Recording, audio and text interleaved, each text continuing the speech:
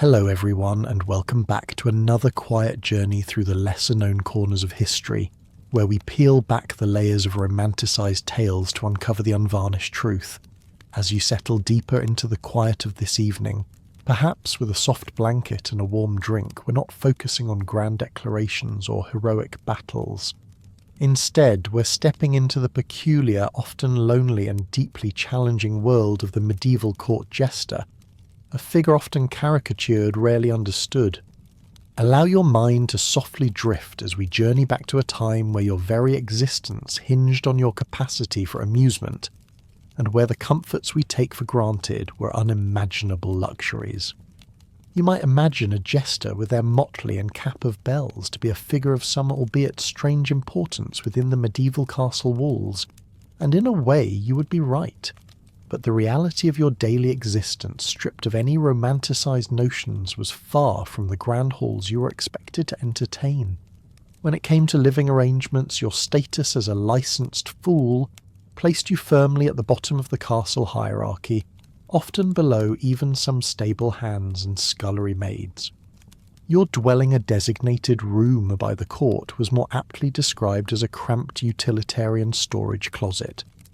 Picture it a small, irregular space perhaps carved out of an unused corner, tucked away in the bustling, odorous labyrinth near the kitchens and servants' quarters. You'd dream of a cosy, secluded nook, a private sanctuary, but what you got was more akin to a glorified broom cupboard, perpetually smelling of last night's roasting meat and today's simmering gruel, with a pervasive undertone of damp stone and a hint of human activity you'd prefer not to acknowledge. These meagre accommodations, devoid of any genuine comfort or privacy, were a constant physical reminder of your inferior status. You were in the castle, yes, but never truly of it. From your thin, draughty walls you would hear the echoes of noble laughter, the soft strains of a lute, the clinking of goblets, the muffled cadences of courtly conversation, all the sounds of a life you facilitated but to which you could never truly belong. It was a peculiar form of auditory torture, a constant reminder of the vibrant world just beyond your reach, a world you observed, commented on, and even shaped with your wit, yet remained utterly separate from. These sounds would seep into your space, a noisy periphery that left you perpetually on edge, your rest often disturbed. There was no quiet escape, no soothing silence to be found within these walls. Unlike the nobles who enjoyed lavish private chambers, often with tapestries, fireplaces, and even rudimentary latrines, your room was fundamentally temporary, easily repurposed, should the lord decide he needed a new storage space for wine barrels or hunting equipment. Its impermanence underscored your own. Scored. The air within was thick, heavy, with a lingering sense of stale cooking greasewood smoke and the damp earthiness of a centuries-old stone structure that had seen countless lives come and go. It wasn't just the smell. It was the chill that clung to the stone, the perpetual dimness that only the weakest sliver of light could penetrate, the feeling of being perpetually cold even on warmer days. You were always just a few steps away from the clatter of pots, the hushed gossip of servants, the hurried footsteps of guards, and the distant yet persistent noise of the castle's daily grind. This stark contrast between your humble cell and the grand private sanctuaries of your masters was not merely an inconvenience. It was a profound psychological burden. It signified your lack of a personal sanctuary, a place where you could shed your persona, gather your thoughts, or simply be yourself. The constant demands of your role, the need for perpetual cheerfulness, sharp wit, and physical agility, required immense mental and emotional recuperation. Yet the very environment you inhabited offered no respite. Every sound, every smell, every cold stone was a reminder of your place-making even basic mental and emotional rest a challenge, often leaving you feeling like your mind, much like your room, offered little in the way of true escape. You were an object, a utility, and your living conditions reflected that harsh reality, preparing you for the next day's performance with a constant low thrum of discomfort and a profound sense of isolation. If your meagre living quarters offered little comfort, a constant physical reminder of your low standing, then the daily indignities surrounding your diet were just as telling. The medieval feast, often depicted in lavish tapestries and romanticised tales, was for you a meticulously choreographed display of social hierarchy, where your place was firmly on the periphery.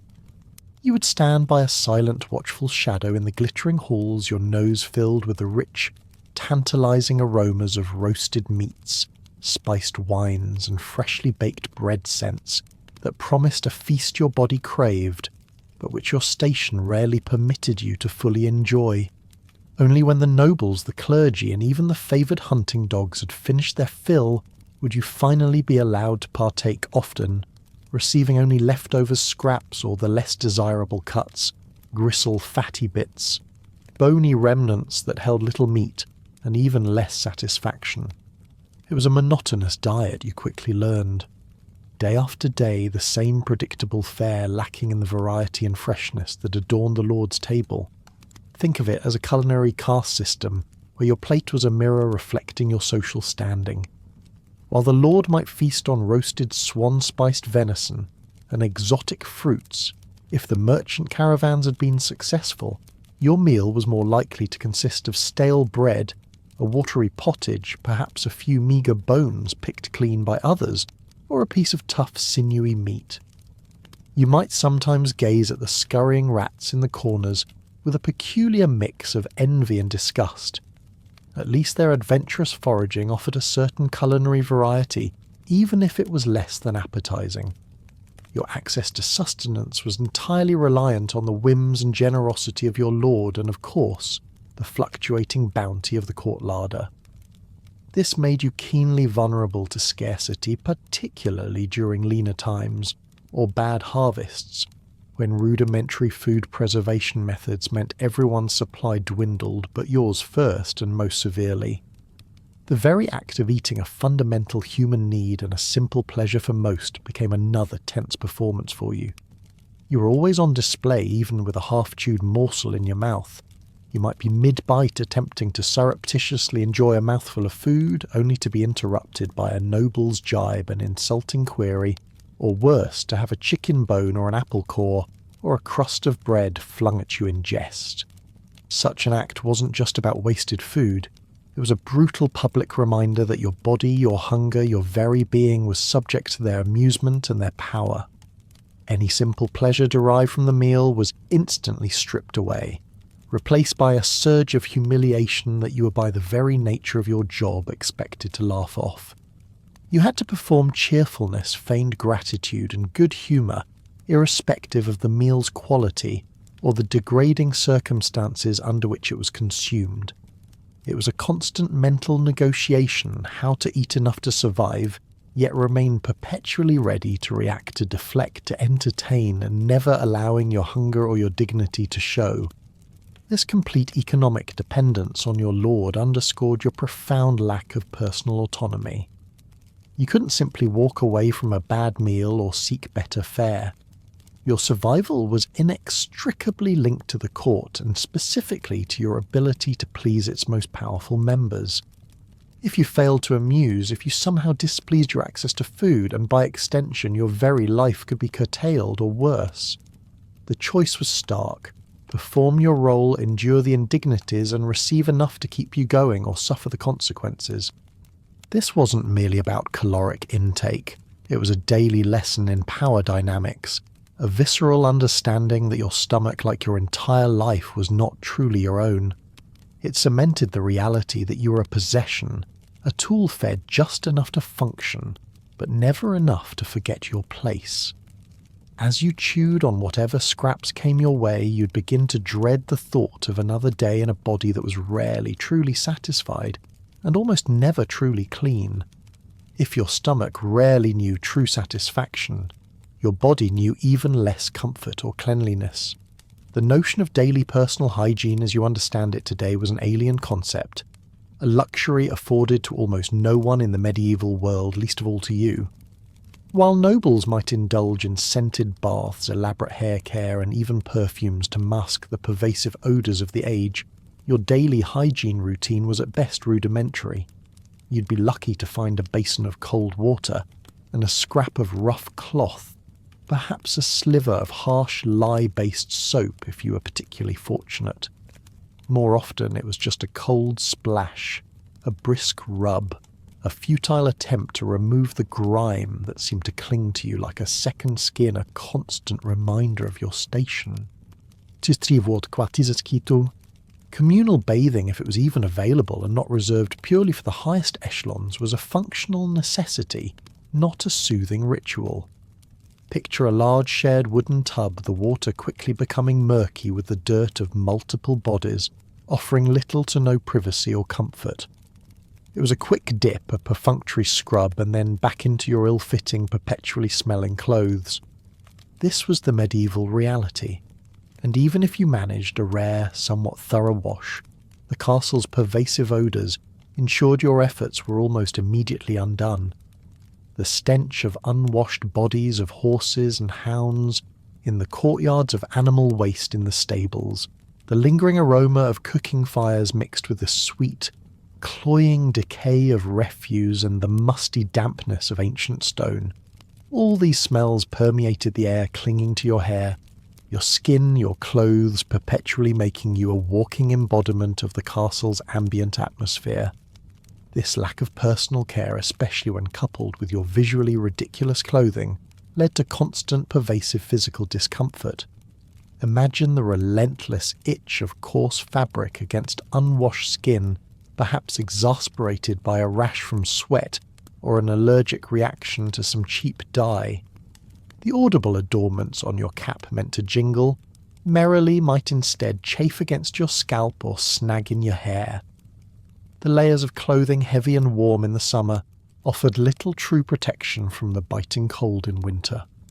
You were constantly aware of your body not in a way that offered pride or pleasure, but through a ceaseless litany of minor irritations, a persistent itch, a sticky feeling, the weight of the fabric, the faint but ever-present stench. It was a subtle, grinding form of torment, distracting you even as you tried to focus on crafting a witty retort or executing a complicated juggle. Ultimately, the neglect of your personal hygiene served as a stark, undeniable underscore of your low social standing. It reinforced the brutal reality that your body existed primarily as a tool for public entertainment, not as a vessel for personal dignity, comfort, or self-respect.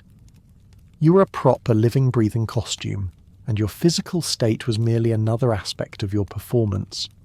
No one cared if you were comfortable, only if you were amusing. This constant physical discomfort, combined with the psychological weight of your role, seeped into your very being a low-level hum of misery that you had to relentlessly push aside to conjure the next laugh. This was just the beginning of your daily toil, for your mind and body were expected to perform a ceaseless demanding dance from dawn until dusk, regardless of their weary state. Having barely shaken off the pervasive discomfort of your living conditions and the gnawing hunger that always seemed to linger, you faced the true crucible of your existence, the ceaseless, always-on performance that defined your life as a jester. There were no off days for you, no quiet moments of reprieve, no allowances for personal moods or physical ailments regardless of how your body felt or what your heart carried. You were a living, breathing entertainment machine expected to be perpetually on, a state of constant readiness that would exhaust even the most seasoned modern performer. Imagine trying to be funny, witty, and physically agile every waking moment, from the instant you rose from your uncomfortable pallet until you finally collapsed back onto it at night. It wasn't a job with hours. It was your entire existence, 24/7. This wasn't just about scheduled acts in the Great Hall during a feast. That was merely the official part of your grueling labour. The true demand was incessant, an almost subconscious expectation for impromptu jokes, a sudden twirl, a clever cutting insult delivered with a wink, a bit of physical comedy to lighten a tense moment, or a song to fill an awkward silence. You had to be the court's living improv show, transforming every interaction, every passing moment into a potential opportunity for amusement. Your entire existence became a demanding act, a relentless projection of mirth and lightness, even when your own spirit felt heavy as lead. You quickly learned that laughter was currency, and you had to mint it constantly no matter the cost to yourself. The emotional toll of this relentless expectation was immense, a burden few could truly comprehend. You were required by the very nature of your role, and the unspoken laws of the court, to bury any personal feelings that dared to surface. Sadness was deemed selfish. How could the court's entertainer be sad when his job was to bring joy? Anger was an act of insubordination, a dangerous display of independent will that could not be tolerated. Fatigue was laziness, a sign of weakness in a role that demanded endless energy. Every internal pain, every private grief, every moment of personal struggle had to be rigorously suppressed, channeled instead into outward amusement. You learned to plaster a smile on your face even when your heart ached, to crack a joke. When you wanted to weep, to juggle with precision even when your hands trembled from exhaustion. It was a profound form of emotional alchemy, turning your personal suffering into public entertainment. You were expected to perform brilliantly consistently, even if you were suffering from a raging toothache that made every word a jolt of pain, or if your morale was utterly crushed by a particularly cruel jibe from a noble. You might be juggling brightly coloured balls for a duke who was openly grieving the loss of his son, or composing a quick, witty poem for a king whose mood was as foul as a winter storm with his temper as unpredictable as lightning. This constant demand for emotional suppression and outward performance led to a profound loss of identity. The jester became the costume. The bells and motley were not merely clothes, but a second skin that consumed your true self. You were no longer you in the private sense. You were merely the jester, a function, an object, a dispenser of laughter defined entirely by the role you played for others. This pressure was amplified by the noble's insatiable demand for fresh novel entertainment. You couldn't simply repeat the same jokes or gags day in and day out. The elite, bored by their own opulent lives and endless banquets, craved novelty. This forced you into a constant state of invention, a perpetual mental grind to constantly churn out new witty poems, sharp satires, amusing impersonations and unexpected physical gags. It was a creative burden that offered no true artistic freedom, for your creations were always in service of another's amusement under the strict unspoken censorship of the court. And physically the role was no less demanding. You were often required to perform acrobatics, to juggle multiple objects with deftness, to sing ballads or to play musical instruments, all while wearing that cumbersome, uncomfortable and often ill-fitting clothing.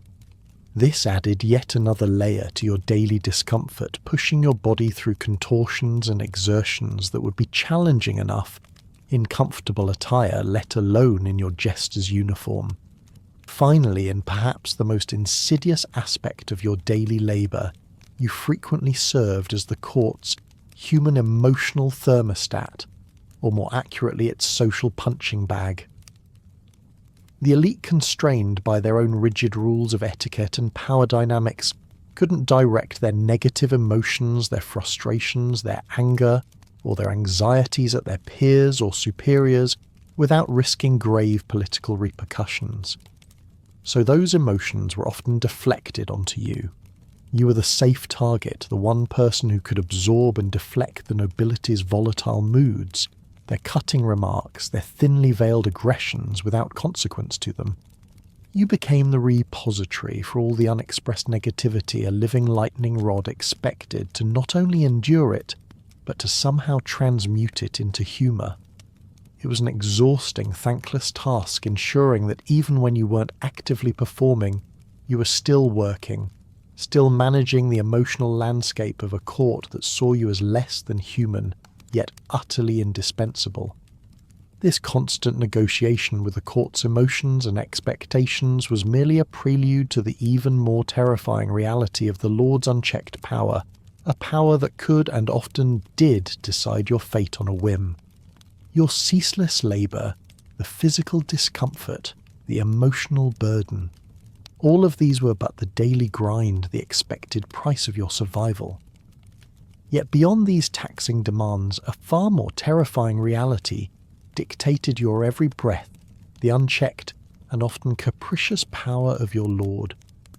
Your very existence was a constant perilous negotiation with this absolute authority, a precarious dance where a misstep could mean anything from public humiliation to a swift and brutal end.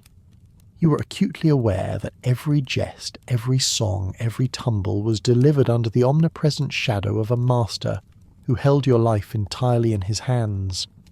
Your role was not one you chose, it was one you were thrust into a personality conscripted without consent.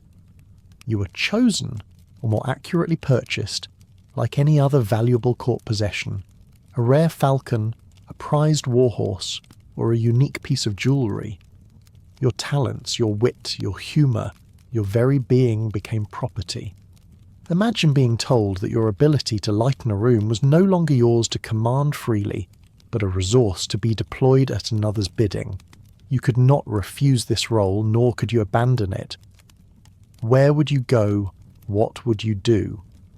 You were utterly defined by your function within the court, stripped of any individual agency, your identity irrevocably tied to the tinkling ornaments on your cap. This made you paradoxically the court's emotional insurance policy, often held personally responsible for the monarch's volatile moods. Think about it, a king's bad dream, a particularly challenging political negotiation, even a spoiled roast in the kitchen. Any of these could with illogical swiftness be blamed on you. The jester's antics were not diverting enough. A lord might grumble, or his jokes put me in a foul humour. You bore the brunt of frustrations that dared not be directed at anyone else. You were the designated scapegoat, a living lightning rod for royal discontent. This placed you in a truly impossible position, fundamentally irrelevant to the serious machinations of governance, yet critically responsible for maintaining the emotional equilibrium of the most powerful person in the realm. You constantly adjusted your demeanour, your wit, your entire persona to fix moods, patch over brewing tensions and distract from your lord's transgressions.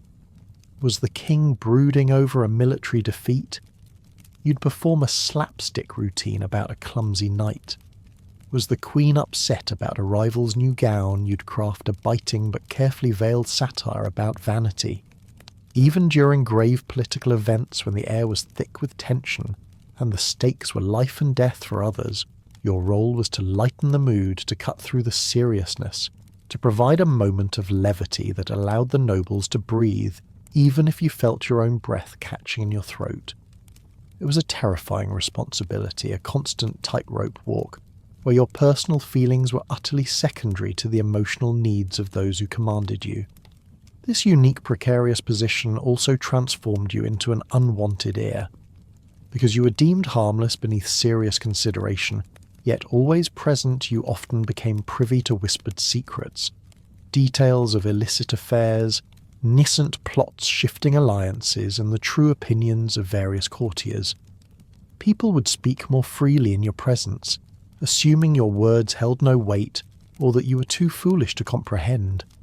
But you comprehended everything. This made information a dangerous double-edged weapon for your survival. Knowing too much was perilous, but knowing too little could leave you unprepared for shifts in court dynamics. You found yourself caught in a terrible dance, where the king might on occasion seek truth from you, but only if that truth did not implicate himself or his favoured ones. This meant your reports, if you dared to offer them, had to be clever, riddle-filled, couched in layers of metaphor and satire, and delivered with the utmost caution. You couldn't simply state facts. My lord, you might say, the falcon has been seen chasing a rabbit into another's lair, implying an affair, or the river flows strangely, changing its course without warning, hinting at a political betrayal.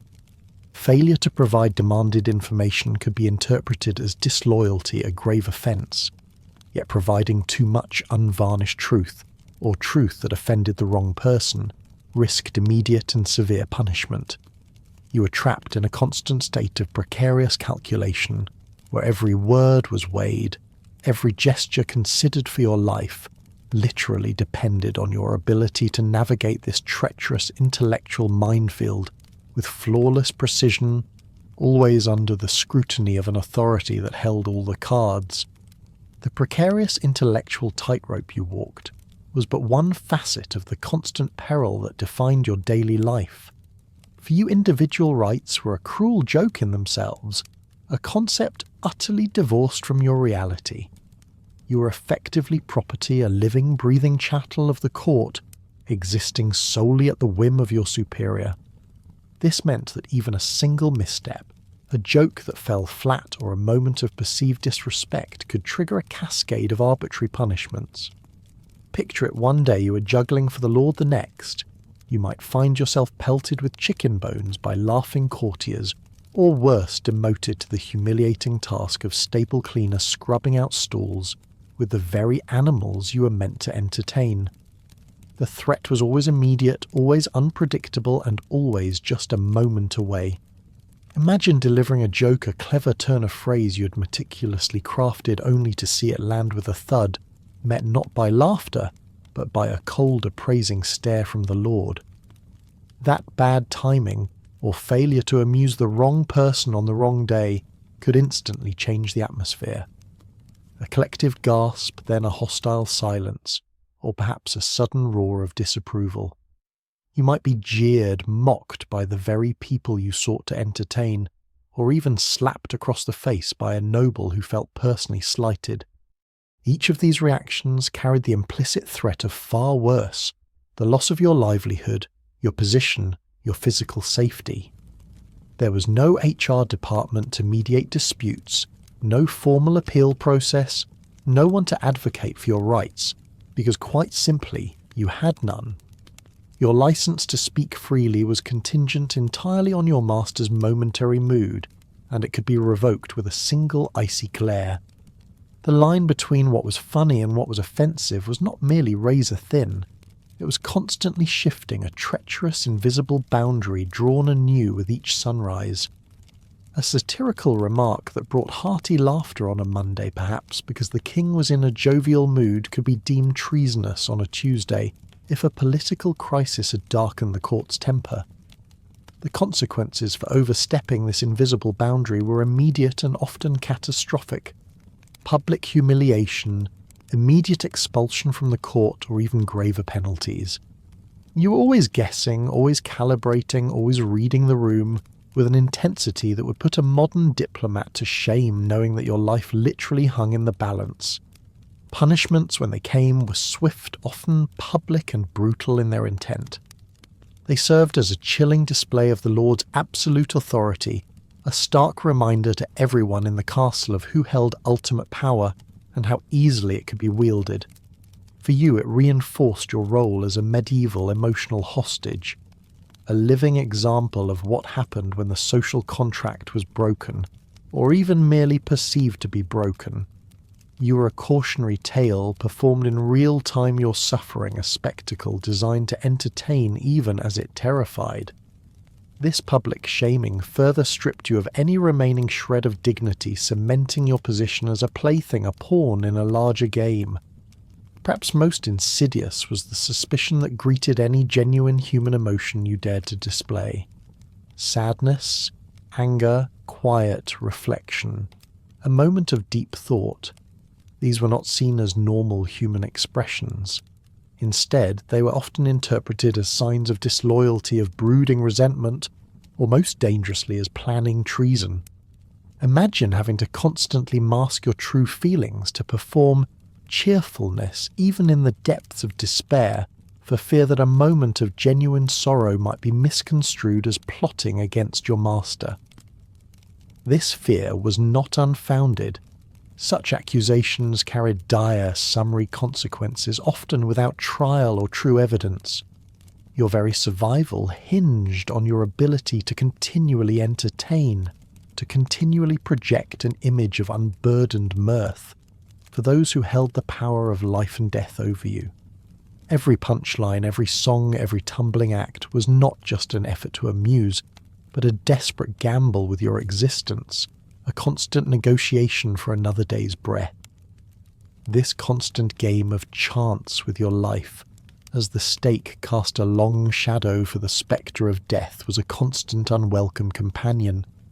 The daily humiliations and the precariousness of your position were constant reminders of your mortality, but for the Jester, death wasn't just a distant possibility. It was an ever-present, tangible threat. It functioned as the ultimate tool of societal control, a chilling consequence woven inextricably into the very fabric of your daily performance. You learned quickly that your wit, while it could earn you scraps and shelter, could also lead you directly to the grave. It was a macabre lesson learned perhaps by observing the fate of a fellow jester, or by the stern, silent warnings of an older, wiser servant. Jokes about politics, religion, or any perceived royal failures were not merely ill-advised. They were in essence suicidal. To directly lampoon the Lord's policies, to openly question the Church's dogma, or to highlight a king's military blunders, was to invite swift, brutal retribution. Your life depended on an almost artistic mastery of disguise, couching your social criticism in layers of metaphor so thick, so subtle, and so distracting, with physical performance, that only the truly astute or truly amused would grasp the deeper meaning. You might mimic a clumsy goose to subtly critique a courtier's pomposity, or tell a riddle about a king who forgets his own crown to hint at a lord's distraction. The balance was impossibly delicate. Your humour, therefore, was a constant gamble. It meant that a noble's bad mood, a bishop's perception of blasphemy in an otherwise innocent jest, or simply the wrong word at the wrong time could instantly put your neck on the line. One moment you might have the court roaring with laughter, the next, a single misinterpreted phrase could transform the atmosphere into a deadly silence, leading to severe, often fatal repercussions. It was the ultimate paradox. Your primary skill, your very reason for existence, was also the most potent weapon against yourself. Your wit was your weapon, yes, but it was also your noose. And in this deadly game, timing was everything. Miss the beat, misjudge the mood, or simply choose the wrong metaphor and you risked losing your head quite literally. Historically, the consequences for jesters who overstepped these invisible boundaries were dire. You could face public floggings, your body bearing the scars of your misjudged wit. Banishment was another terrifying possibility, casting you out from the only life you knew, into a world where you were a vagrant without protection or purpose, often leading to a slow death from starvation or exposure. And in the gravest cases, the jester might be hanged, a public spectacle designed to entertain, and warn, transforming your final performance into a brutal lesson for all. These extreme punishments demonstrated in stark terms how honour and social control were enforced through ultimate physical and social annihilation. You, the jester, had no honour to defend, only a life to lose. Perhaps the most dehumanising aspect was the profound expectation of your calm acceptance of your fate, even when facing punishment or death. You were expected to remain stoic, perhaps even to offer a final witty remark as the noose tightened, mirroring broader societal demands for passive acceptance from the lower classes. To show fear, to beg to resist, would be to break character, to reveal the human beneath the motley, and that was often seen as an even greater offence. Even in your demise you had to perform. It added another layer to your suffering, denying you even the basic human right to express terror or grief in your final moments. Ultimately, this possibility of being silenced, of having your truth cut too deep, or of simply offending a king who was in a particularly fragile mood, meant that your life was a constant perilous negotiation with the unpredictable boundaries of unchecked power. Each day was a tightrope walk over an abyss, and your only safety net was your own constantly evolving, perfectly calibrated performance. You could never relax, never truly let your guard down, for the ultimate price for failure was always hovering a cold breath on your neck. This heavy burden, this ever-present threat of ultimate consequence, permeated every interaction you had, shaping not just your survival, but the very way you engaged with the world, making social connection a luxury you could rarely afford. With the ever-present spectre of arbitrary punishment and death looming over you, every interaction became a calculated risk, every word a potential misstep. You navigated a labyrinth of incredibly strict communication rules, a hidden code of conduct that governed your speech. Expressing a genuine opinion was not merely ill-advised, it was an active liability. A misjudged tone, a quip delivered at the wrong moment, or even an unconscious facial expression could lead to dire, even fatal consequences. You lived in a world where true candor was a luxury for the powerful and a death sentence for the powerless. Your unique communication style wasn't a choice, but a tightly controlled art form, a necessary adaptation for survival. You learned to deliver truth through absurdity, couching your social criticism and observations in riddles, in double meanings, in metaphors drawn from animals or nature, or in the seemingly nonsensical babble of a fool. Imagine the mental gymnastics required. You had to be clever enough to craft a message subtle enough to allow the noble to discover the truth themselves without feeling directly challenged, and entertaining enough to make the delivery itself a delightful performance. It was intellectual espionage disguised as a party trick. You might speak of a fox in the henhouse, to refer to a corrupt minister, or a storm brewing over the western fields, to allude to a political betrayal. The audience was expected to connect the dots, but you were never to draw a direct line. This meant you constantly tiptoed a perilous tightrope of what was genuinely funny and what was unforgivably offensive. It was like being blindfolded and juggling insults, mocking figures of power, without ever being too harsh, too direct or mistimed. One day a joke about the Queen's vanity might elicit a giggle. The next, it could earn you a harsh reprimand, or worse, a visit from the guards. You had to possess an almost supernatural intuition, reading the room, the mood, and the unspoken tensions with every fibre of your being. It was an exhausting, high-stakes game of observation and improvisation, demanding a constant state of hyper-awareness that few could sustain without cracking. Even your physical presence was governed by subtle etiquette, part of the relentless performance. You didn't just speak your role, you embodied it.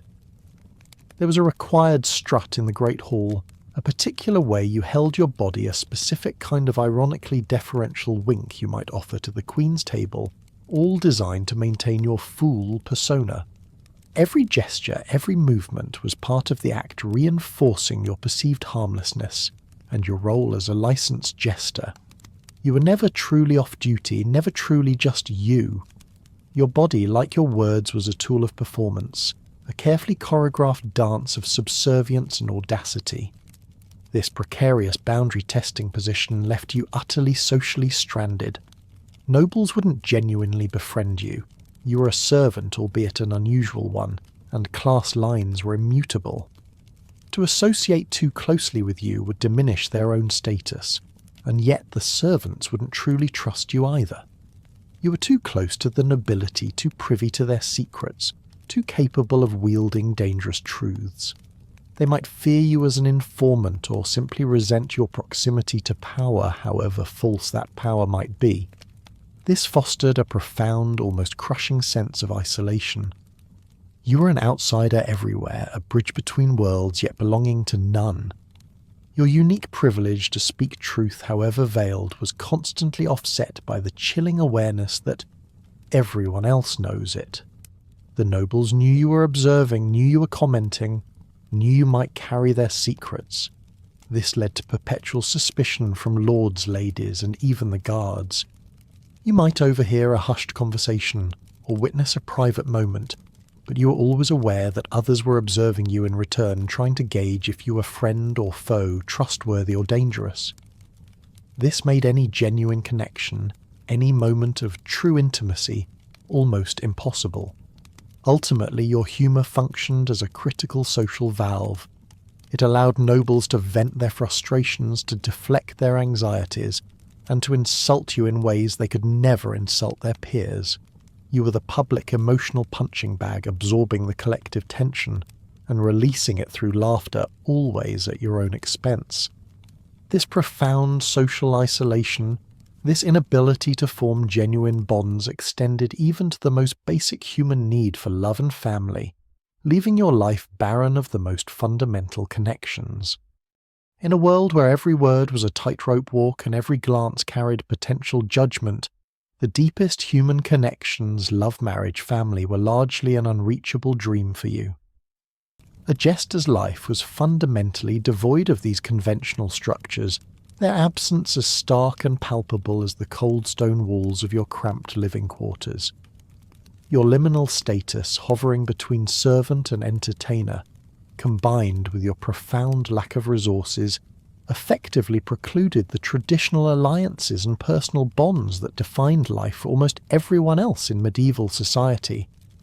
You were an anomaly, and anomalies rarely fit into the neat established patterns of human relationships.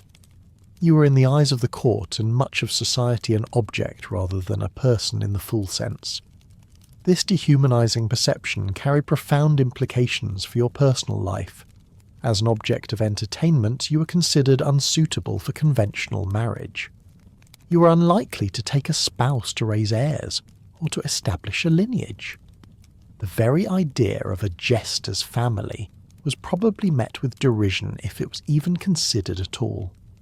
This effectively cut you off from one of the most fundamental human experiences of belonging, the continuity of family, the shared future, the simple comfort of having someone who was yours. You were a solitary figure destined to remain so your future as fixed and predictable as the jingle of your own bells.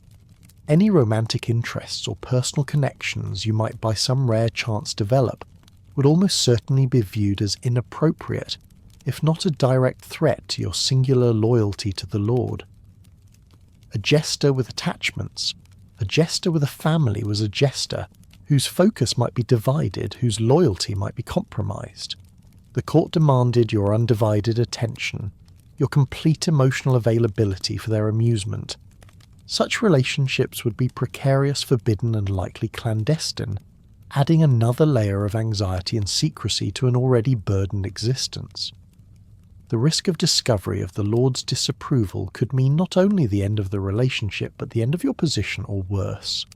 The emotional cost of such forbidden love would likely outweigh any fleeting joy. You were actively prevented from building a personal name in the enduring sense, from leaving any kind of meaningful legacy that extended beyond your fleeting performances. While nobles had their lineage, their family names emblazoned on coats of arms, and even peasants left behind records of their landholdings or trades, your future was as fixed as your bells. There was no inheritance, no ancestral home, no family crest to pass down. This ensured your profound isolation from the grand sweep of family histories and official records. You were a momentary flicker in the court, destined to be forgotten. Once your entertaining days were done, your name perhaps remembered for a brief amusing anecdote, but nothing more substantial. This profound absence of familial support meant that in times of trouble, and for a jester, trouble was never far off. There was no one to defend you, no father to appeal on your behalf, no brother to stand by your side, no wife to offer solace. You faced the harsh realities of medieval life and the caprices of your lord utterly alone. And in death there would be no family to mourn you, no one to carry your memory forward, no one to ensure you received a proper burial. This led to a crushing sense of solitude, not just in life, but even in the stark contemplation of your end. You were born alone into this peculiar role, and you would die alone, unremembered by those who knew you best. Ultimately, this profound lack of deep personal connection contributed directly to the feeling of being consumed like the bread and wine swallowed and forgotten. You were transient, a consumable good designed for immediate pleasure, and then discarded, leaving no lasting impact beyond your fleeting entertainment. Your worth was tied to your usefulness, not your humanity. You had no roots, no branches, only the hollow core of an existence defined entirely by others. This imposed identity, this lack of personal legacy and connection, ensured that your very self was not truly your own, but merely a reflection of the court's fleeting desire for laughter. The absence of love and family was a personal void, but the suppression of your individual identity was a fundamental aspect of your professional existence. For you, individualism was entirely suppressed, a dangerous concept, in a role that demanded absolute conformity to an imposed persona. Your identity wasn't chosen, it was thrust upon you often due to unique physical or mental traits that set you apart. Perhaps you had a distinctive gait, an unusual voice, a quick wit, or a physical deformity. Whatever it was, these traits, instead of being embraced as unique aspects of you, were exploited, turning you into an emotional support oddity for the court. You were a curiosity, a living spectacle defined not by your inner world, but by your outward peculiarities. Your persona was fully conscripted. There was no clear line between your true self and the demanded laugh dispenser. You were forced to become the costume, blurring the boundaries to such an extent that you might forget where the mask ended and you began. Imagine the psychological strain of constantly performing, of adopting a character so completely that it started to erode your sense of self. When did you stop being the person you were born as and become entirely the fool?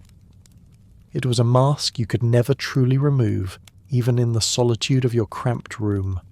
The jangling metal, the garish colours, the forced merriment, they seeped into your soul, changing who you were, perhaps irrevocably. Your wardrobe wasn't just clothing, it was a uniform of humiliation. Picture the clashing colours, the motley patchwork, the ubiquitous tinkling ornaments that jingled with every movement, loudly announcing your presence and your purpose. These clothes were designed from cheap, coarse fabrics, not for comfort or dignity, but to visually scream, "I'm not a person, I'm a punchline." Every thread, every stitch reinforced your low status, your otherness, ensuring that 24/7 everyone knew you were the court jester, a figure of amusement, not respect.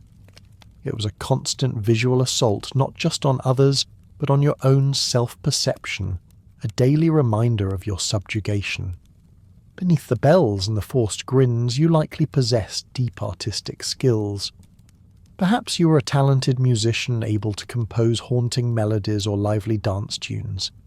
Maybe you were a gifted acrobat capable of feats of agility and strength. You might have been a poet crafting intricate verses, or a political thinker observing the court's machinations with a keen analytical mind. But all these inherent talents, all this genius, was consistently dismissed as mere party tricks. Your skill wasn't art, it was entertainment. Your intellect wasn't wisdom, it was cunning for a joke. Your physical prowess wasn't athletic, it was a display for amusement.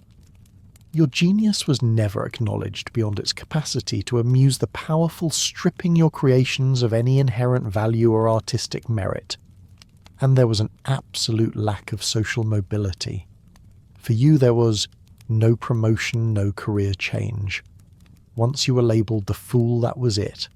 Your path was set, your identity immutable. You couldn't rise through the ranks, couldn't transition into a respected craft, couldn't earn land or titles. You were condemned to a lifelong inescapable identity, trapped in the role of the jester, until old age, infirmity, or dismissal rendered you obsolete. There was no escape clause, no retirement plan, just the slow erosion of your abilities and the eventual casting aside. The ultimate tragedy of this imposed identity was the erasure of your legacy, a concept we touched on when considering family. You would never inherit land, marry into nobility, or wear a sword for honour. These were the markers of a meaningful life in the medieval world, the ways individuals carved their names into history. For you, there was only oblivion. You were destined to be forgotten, a footnote if even that. Your existence was ephemeral, leaving no lasting mark on the world, beyond the fleeting laughter you evoked. Often jesters were buried in unconsecrated ground, stripped of even a Christian burial, further symbolising their outcast status and the complete erasure of their personal history. You were a living paradox, a vibrant, essential part of court life, yet utterly disposable and ultimately invisible to history. These profound personal and social indignities, these constant pressures and limitations did not exist in a vacuum. They were inextricably woven into the wider immutable context of medieval society itself, a world that rigidly defined everyone's place, including yours. You might wonder how such a peculiar and often brutal existence for a jester could be sustained, how a society could normalise such a role. The answer lies in the very bedrock of the medieval world, its inescapable social hierarchy. This society wasn't just stratified. It was founded upon a rigid, divinely sanctioned order, a towering pyramid where every individual had a predetermined immutable place. Think of it as a preordained script. If you were born a monarch, you played the role of king.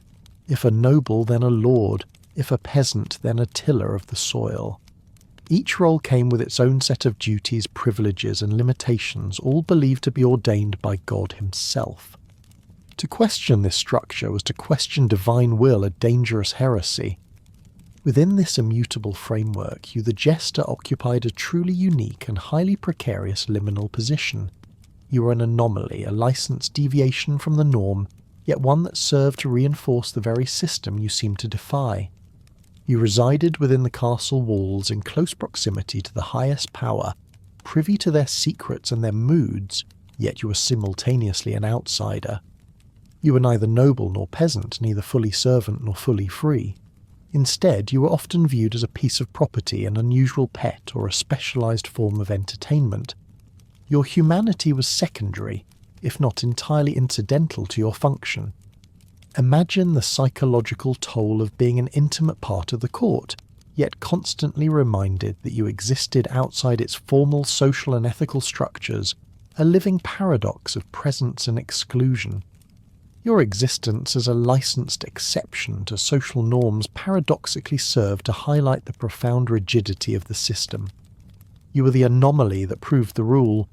Your ability to mock, to criticise, to speak uncomfortable truths without immediate execution, at least, not always, was a peculiar privilege, a safety valve for a society that otherwise stifled dissent. But this privilege was conditional, granted not out of respect for your person, but out of your perceived harmlessness. Your words, however insightful, could be laughed away because they came from the fool. This underscored your ultimate powerlessness within the very system you seemed to circumvent. You were a pressure release valve, allowing the powerful to blow off steam without threatening the overall structure, and thus your role, despite its apparent subversion, served to stabilise the established order. This macro-level social structure meant that your fate, even for an accidental joke or an unintended slight, could be dictated instantly and absolutely by the highest authority in the realm. Your life, your limbs, your future, all were subject to the absolute discretion of your lord. This reflected the pervasive lack of individual rights that characterised life for all but the most powerful across the lower strata of medieval society. Peasants had few rights against their landlords. Artisans had limited recourse against their guilds, and you, the jester, had virtually none against your patron. Your vulnerability was not unique in its essence, but rather unique in its intimate daily proximity to the very source of absolute power. It was a constant chilling reminder that your life was not your own, but a fragile thread held by another's hand. The stability of this system, which could seem so immutable, was underpinned by the very practical realities of the medieval economy. It was a world entirely different from our own, where every aspect of life, including your precarious existence, was inextricably linked to the land and its fruits. Understanding this economic foundation is crucial to grasping why your role, despite its indignities, was something you could not simply abandon, for to do so meant facing an even grimmer future beyond the castle walls, a world where the land dictated everything. The rigidity of medieval social hierarchy, which held you captive in your peculiar role, was firmly rooted in the stark realities of its economy. Unlike our complex service-driven world, the medieval economy was overwhelmingly agrarian. Land ownership and agricultural output formed the primary, almost exclusive base of wealth and power. Imagine a world where the rhythm of life was entirely dictated by the seasons, where a good harvest meant survival and a bad one spelled famine. The vast majority of the population, the peasantry, were tied to the land, working tirelessly to cultivate crops and raise livestock. Their labour was heavily taxed, their produce siphoned off all to sustain the noble courts, the clergy and the military machine. Every loaf of bread, every measure of ale, every piece of meat consumed in the castle ultimately originated from the sweat and toil of those who worked the soil. You, the Jester, possessed no land. You had no property, no traditional trade to fall back on, no guild to protect your interests. This placed you in a uniquely vulnerable position, entirely dependent on the court's patronage economy. Your talent, your wit, your humour, your ability to entertain was your sole commodity. You exchanged this intangible skill for basic sustenance and shelter. It was a barter system of sorts where laughter was traded for a bed, a meal, and the precarious safety of the castle walls. While others might have the dignity of a craft or the security of a patch of land, your entire economic standing was as fleeting as the last laugh you elicited. Your existence was a constant, stark reminder of the fragile nature of life when stripped of traditional economic anchors. This profound lack of independent economic standing meant that dismissal from the court would be an instant catastrophe. Suddenly, you would become a man without a job, land, or purpose. In the eyes of the law, you would be a vagrant, a wanderer with no fixed abode or means of support. The consequences of such a state in medieval society were dire arrest, imprisonment, forced labour, or worse. To be cast out was not merely to lose your job, it was to lose your entire identity, your safety net, and your very means of survival. You risked becoming an outlaw or a beggar, facing a world far harsher and more unforgiving than the precarious comforts of the castle. This stark reality was a powerful deterrent, ensuring your continued reluctant performance. Your compensation, far from being a regular wage, was often low pay. Delivered primarily in kind, the food you ate, the meagre lodging you occupied, and occasional scraps of clothing. There was no coin of the realm flowing into your pockets, no accumulated wealth, no savings to fall back on. This reflected your limited economic agency and your profound integration into a system that offered no financial autonomy. You were provided for, yes, but only to the extent necessary to keep you functioning in your role. You were not expected to accumulate wealth to build a future, or to invest in anything beyond your next performance. Every meal, every threadbare tunic, every cold corner you called home was a visible testament to your complete economic dependence, solidifying your role as a controlled and ultimately disposable asset. Thus, the Jester, an apparent anomaly within this rigidly structured and agrarian world, ultimately served to highlight the profound constraints and daily precarity that defined existence for all but the most powerful. Your unique unchosen life, full of indignities and constant vulnerability, amplified the inherent suck of an era where individual liberty was a fantasy and survival was a perpetual, often brutal challenge.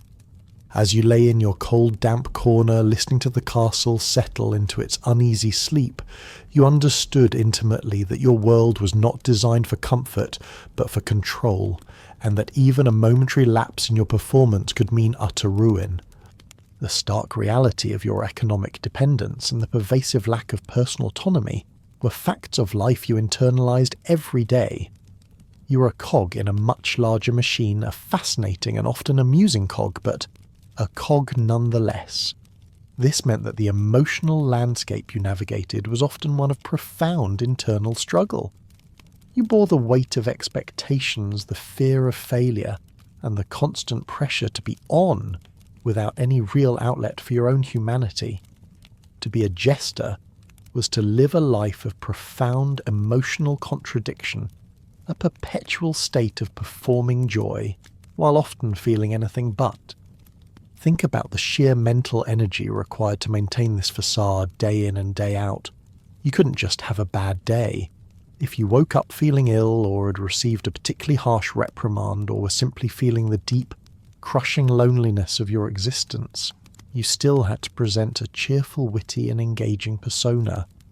The internal pain, the sadness, the anger, the fatigue, had to be buried deep, pushed down, transmuted into something palatable, even amusing for the court. It was a constant act of self-denial, a rigorous discipline of emotional suppression that would be deemed psychologically unsustainable in our modern world. You were in essence an emotional athlete, always in training, always performing, never allowed to show weakness.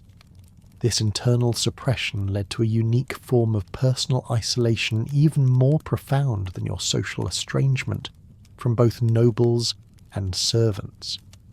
Because you couldn't express your true feelings, couldn't share your burdens, you carried them entirely alone.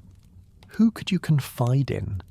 To complain to a servant might be seen as disloyal, a breach of the unspoken code that defined your unique access to the Lord. To express genuine sorrow to a noble would be to break character, to step outside the bounds of your foolish role, inviting confusion, suspicion, or even anger. So you kept it all inside, building a fortress around your true self, allowing only the Jester persona to be seen. This emotional isolation was exacerbated by the very nature of the court. It was a place of intrigue, gossip, and shifting loyalties, where true trust was a rare commodity. Everyone had their own agenda, their own alliances, their own fears. In this environment, your position as an unwanted heir was a double-edged sword. While it gave you dangerous knowledge, it also made you inherently untrustworthy to anyone seeking a genuine confidant. You heard secrets, yes, but those secrets made you a potential threat, not a friend.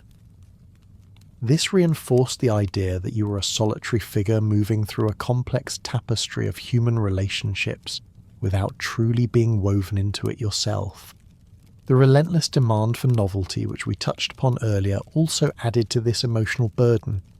You couldn't simply rely on a stock set of jokes or routines. You had to constantly innovate, to observe, to critique, and to transform these observations into fresh, witty material.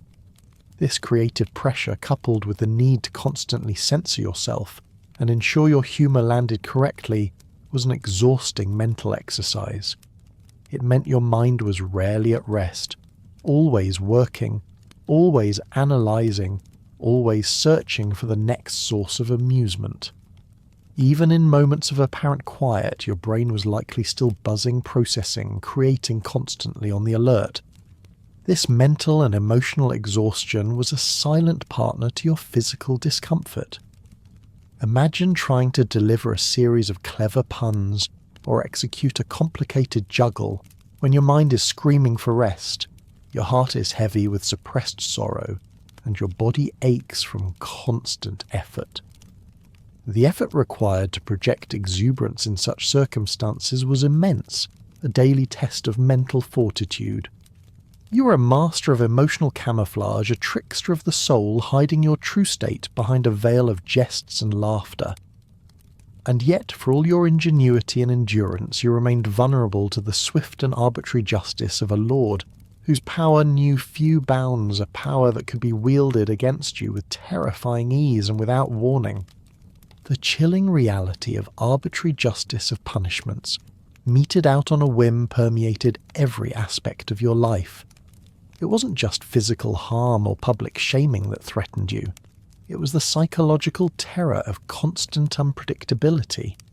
You could be performing brilliantly, hitting every note, landing every joke, only to have the Lord's mood suddenly shift, perhaps due to news of a distant battle, or a quarrel with his wife, or simply a bad digestion.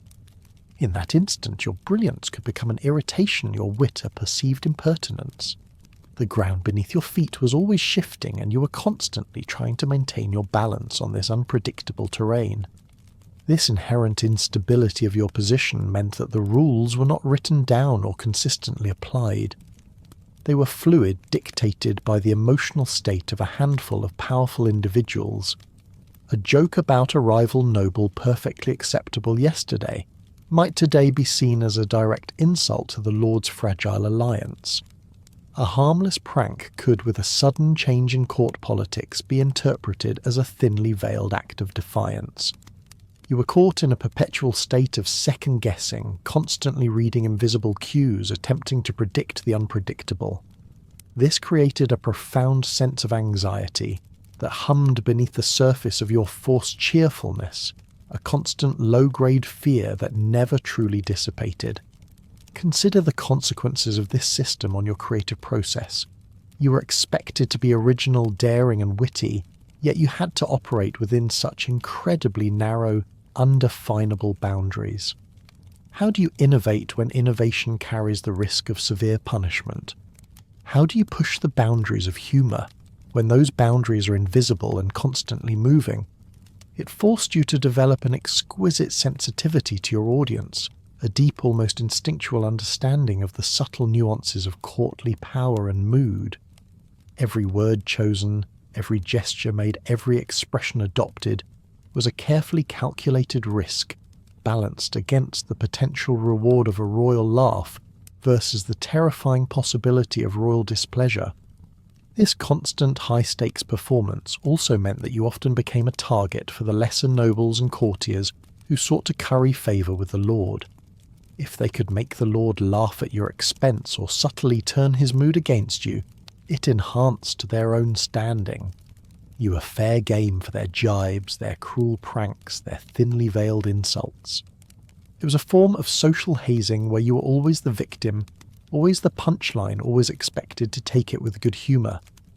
To react with anger or offence would be to prove yourself not a true jester, to break the illusion, and that could be as dangerous as displeasing the Lord directly.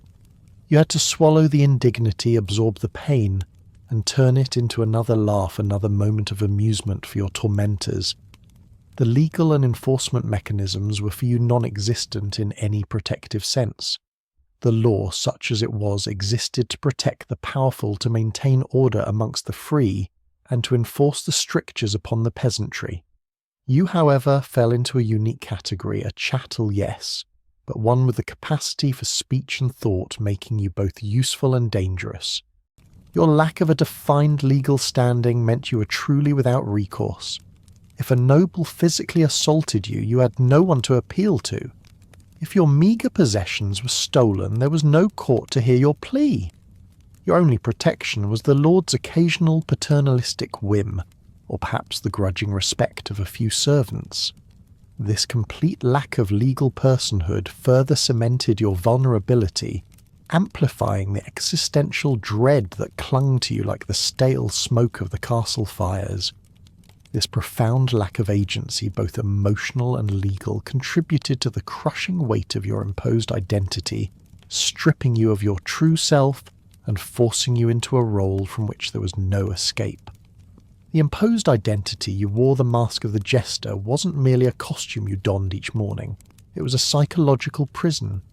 From the moment you were identified for your unique traits, a sharp tongue, a curious physique, an unusual wit, your individuality was effectively erased. You weren't a boy or a girl with a name and a future. You were a potential jester, a thing of amusement. Your very essence was conscripted, not asked for, into a role that saw you as an emotional support oddity. You were a living, breathing distraction, a peculiar pet expected to absorb the anxieties and project the mirth the court demanded. This process of conscription meant that your true self became submerged. You were forced to become the costume, to adopt the persona so completely that the line between who you were and who you pretended to be became irrevocably blurred. Imagine the internal conflict, the genuine thoughts, feelings and aspirations of the person you once were constantly warring with the relentless demands of the jester. Every day was a performance not just for the court but for yourself, as you struggle to remember the individual hidden beneath the tinkling ornaments and motley. It was a psychological trick, a form of mental self-preservation that also contributed to the profound loss of your unique identity. The mask wasn't just on your face, it was on your soul, and it often stuck fast. And what a costume it was. Your wardrobe was not chosen for comfort or style, but rather carefully designed as a uniform of humiliation. Think of the garish clashing colours, bright reds next to jarring yellows, greens and blues, deliberately chosen to make you stand out, to make you visually absurd. The ornamental bells sewn onto your cap, your sleeves, your shoes jingled with every movement, loudly announcing your presence, ensuring that no one could mistake you for anything other than the court's fool. The cheap, coarse fabrics itching against your skin were a constant physical reminder of your low status, visually screaming, "I'm not a person, I'm a punchline." It was a uniform that 24/7 stripped you of dignity and constantly reinforced your role as an object of amusement. Beneath this humiliating exterior, you possessed a wellspring of deep artistic skills. You might have been a natural musician with a gift for melody and rhythm that could move hearts. Perhaps you were an astonishing acrobat capable of breathtaking feats of agility and strength that defied gravity.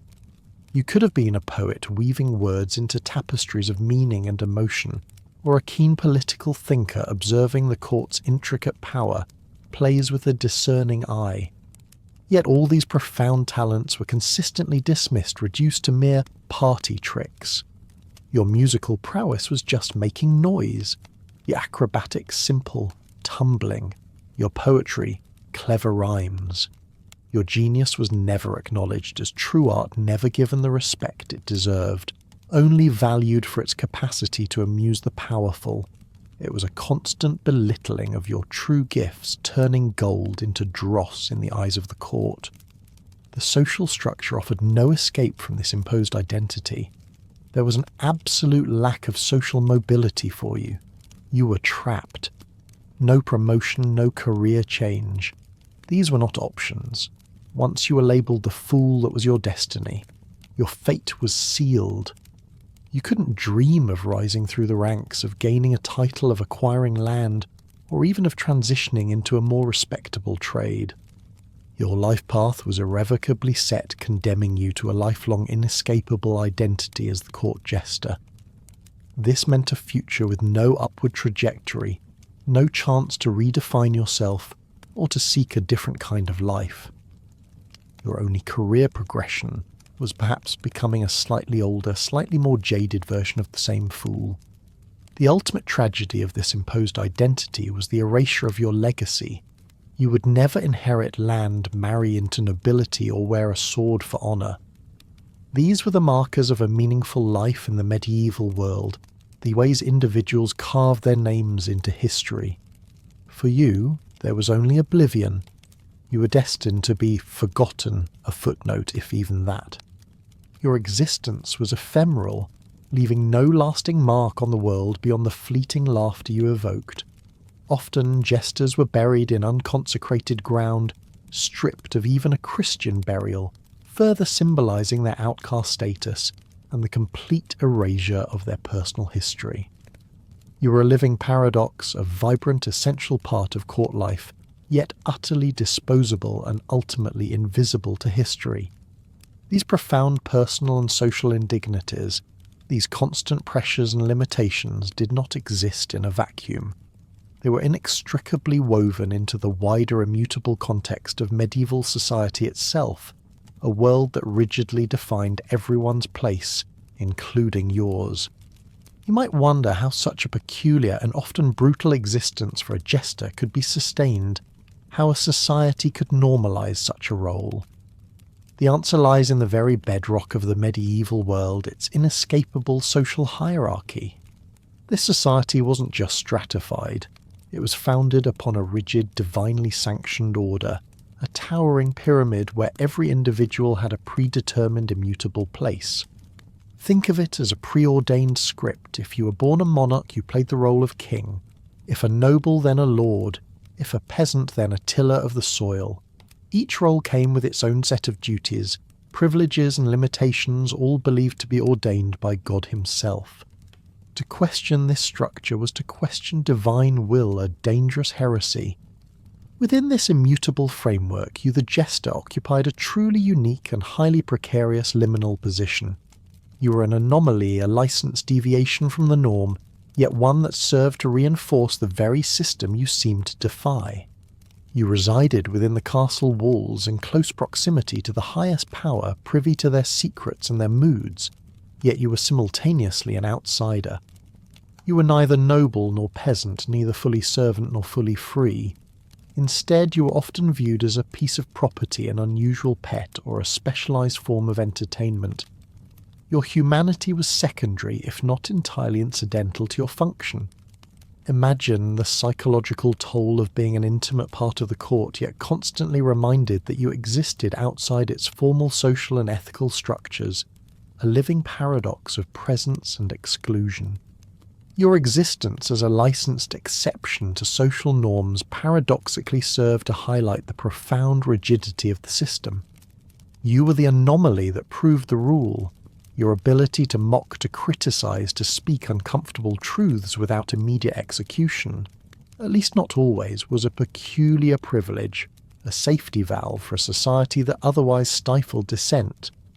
But this privilege was conditional, granted not out of respect for your person, but out of your perceived harmlessness. Your words, however insightful, could be laughed away because they came from the fool. This underscored your ultimate powerlessness within the very system you seemed to circumvent. You were a pressure release valve, allowing the powerful to blow off steam without threatening the overall structure, and thus your role, despite its apparent subversion, served to stabilize the established order. This macro-level social structure meant that your fate, even for an accidental joke or an unintended slight, could be dictated instantly and absolutely by the highest authority in the realm. Your life, your limbs, your future, all were subject to the absolute discretion of your lord. This reflected the pervasive lack of individual rights that characterized life for all but the most powerful across the lower strata of medieval society. Peasants had few rights against their landlords, artisans had limited recourse against their guilds, and you, the Jester, had virtually none against your patron. Your vulnerability was not unique in its essence, but rather unique in its intimate daily proximity to the very source of absolute power. It was a constant chilling reminder that your life was not your own, but a fragile thread held by another's hand. The stability of this system, which could seem so immutable, was underpinned by the very practical realities of the medieval economy. It was a world entirely different from our own, where every aspect of life, including your precarious existence, was inextricably linked to the land and its fruits.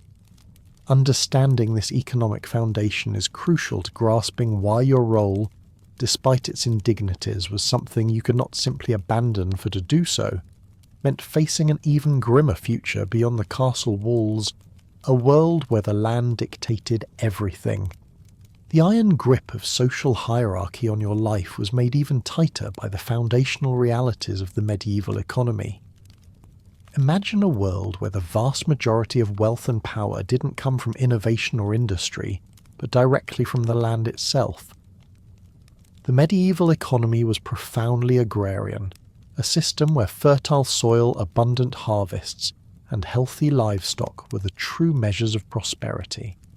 Kings and nobles derived their power from owning and controlling vast tracts of land, which were then worked by generations of peasants and serfs. This land-based economy dictated everything's settlement patterns, trade routes, military strength, and even the clothes you wore. Life revolved around the rhythm of the seasons, planting in spring, tending in summer, harvesting in autumn, and enduring in winter. The success or failure of a single harvest could spell the difference between survival and starvation for thousands. A prolonged drought or excessive rain could bring about widespread famine, causing untold suffering. The surplus generated by these agricultural efforts wasn't just consumed locally, it was heavily taxed and siphoned off. This agricultural bounty filled the coffers of the powerful, maintained their elaborate courts, funded their wars, and provided the luxury goods that adorned their lives. Every loaf of bread on the Lord's table, every roasted fowl, every measure of wine was a direct product of the back-breaking labour of the peasantry. You, the Jester, stood outside this foundational economic structure.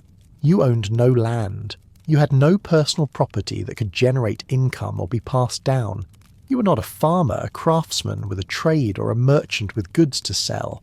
This placed you in an economically precarious position, utterly dependent on the court's patronage economy. Your talent, your unique blend of wit, humour and performance skills was your sole intangible commodity. You exchanged this for the most basic necessities, a roof over your head, however humble, and enough food to keep you alive, however meagre. Your economic value was entirely derived from your utility to the Lord, making you a living, breathing testament to the fragility of life when stripped of traditional economic anchors. This profound lack of independent economic standing meant that the prospect of dismissal from the court was not just a job loss, it was an existential threat.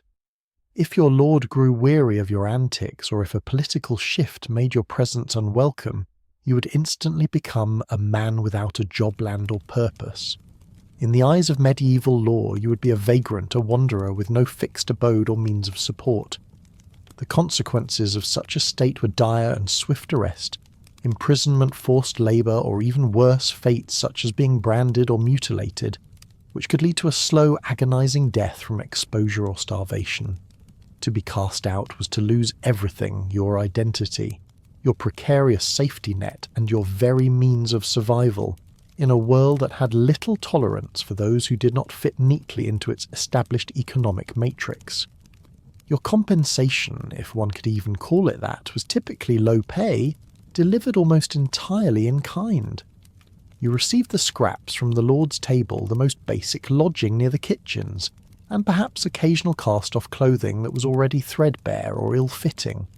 There was no regular coin, no accumulated wealth, no possibility of building a financial future or passing on an inheritance. This reflected your limited economic agency and your profound integration into a system that offered no financial autonomy whatsoever. You were provided for, yes, but only to the bare minimum necessary to keep you functioning in your role. You were not expected to accumulate wealth to gain independence or to invest in anything beyond your next performance. Every meal, every worn tunic, every cold corner you called home was a visible testament to your complete economic dependence, solidifying your role as a controlled and utterly disposable asset. It was a life lived at the mercy of others, where your worth was measured not in dignity but in distraction. Your economic subservience and social isolation were compounded by the constant grinding reality of medieval life, the omnipresent nature of discomfort, and the ever-looming threat of natural calamities and disease. Our modern world, with its advanced medicine-engineered food supply and robust infrastructure, can barely comprehend the sheer vulnerability of medieval existence. For them, survival was a perpetual challenge, a daily gamble against forces far greater than any human power. Imagine living in a world where the weather alone could determine if you lived or died. A prolonged drought could devastate crops, leading to widespread famine across entire regions. A series of torrential rains could flood fields, rotting the harvest, and bringing the same brutal outcome. Winters were not just cold. They were often lethal, with insufficient food and heating leading to countless deaths, particularly among the poor and vulnerable. You, despite being within the castle walls, were not immune. A spoiled harvest meant leaner rations for everyone, and certainly for you. The chill of an unheated castle in winter permeated your meagre sleeping quarters, making every night a battle against the cold that seeped into your bones. The comfort of a consistent, predictable food supply, the warmth of central heating. These were unimaginable luxuries. And then there was disease. The medieval world was a breeding ground for every imaginable ailment, from the common cold that could turn into a deadly pneumonia, to devastating plagues that could wipe out entire populations. Sanitation was rudimentary understanding of germ theory non-existent, and medical care for the most part a mix of folk remedies and often ineffective, sometimes harmful practices. A simple cut could become infected and turn fatal. A bout of dysentery could drain your life force in days. The Black Death, for example, decimated Europe, altering the course of history and profoundly traumatizing those who survived. For you, the Jester, this constant threat of disease was particularly insidious. Your role demanded physical agility, a clear mind, and an infectious cheerfulness. How do you juggle with a fever? How do you craft a witty retort when your head throbs with pain and your stomach churns with sickness? To show weakness, to appear ill, was not only to potentially fail in your duties, but also to invite suspicion or dismissal. A sick jester was a useless jester, and a useless jester was quickly cast aside. You likely work through countless minor ailments, pushing your body and mind beyond their limits, for fear of losing your only means of survival. The castle itself, for all its perceived strength, was often a source of disease. Its crowded conditions, poor ventilation, communal living spaces, and often inadequate waste disposal systems made it a perfect incubator for illness. Vermin, rats, and fleas were ubiquitous, carrying diseases from one person to another. The very grandeur of the castle could mask a core of unhygienic practices that made every resident, including you, vulnerable. You were trapped in an environment that, while offering protection from external foes, constantly threatened you with an unseen microscopic enemy. This constant threat of natural calamities and disease meant that every day was a victory, every breath a testament to your resilience and luck. It injected a profound sense of fatalism and humility into medieval life. You were not in control of your destiny in the way modern individuals might feel they are. You were a small boat on a vast, unpredictable ocean. This universal vulnerability, this shared struggle against unseen forces, underscored the systemic constraints that bound everyone. For you, the Jester, it was another layer of precarity, ensuring that even if you navigated the capricious whims of your lord and the rigid demands of society, there was always a larger and different force ready to claim you. The foundational realities of medieval life, its rigid hierarchy, agrarian economy, and the omnipresent threat of disease all converged to define your unique yet ultimately powerless role within the castle walls.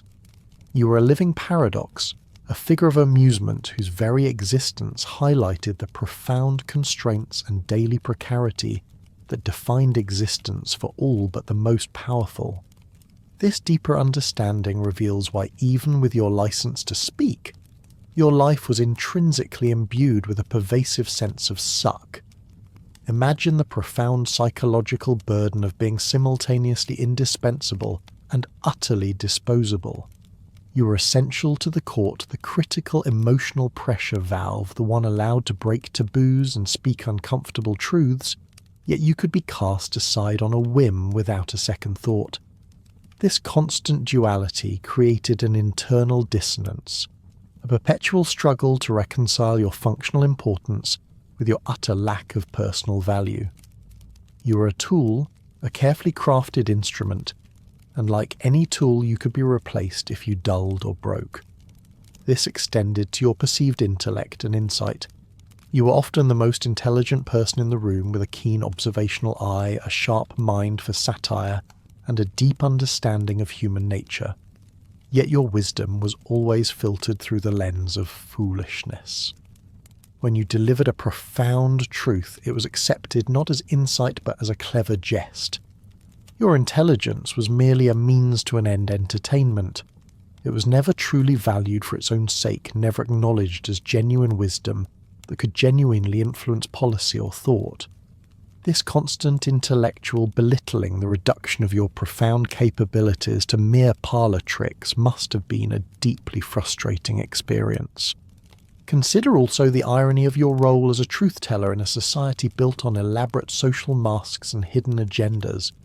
Nobles engaged in intricate dances of courtesy and power, constantly dissembling, constantly hiding their true intentions. You, the jester, were the one who could, through the veil of humour, expose the hypocrisies, the vanities, the true motivations.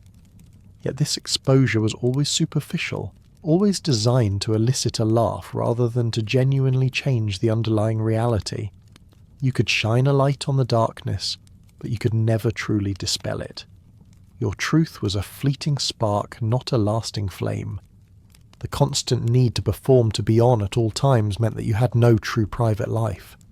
Even in your meagre quarters, you were still the jester, processing, observing, crafting. There was no sanctuary where you could truly shed the motley physically or psychologically.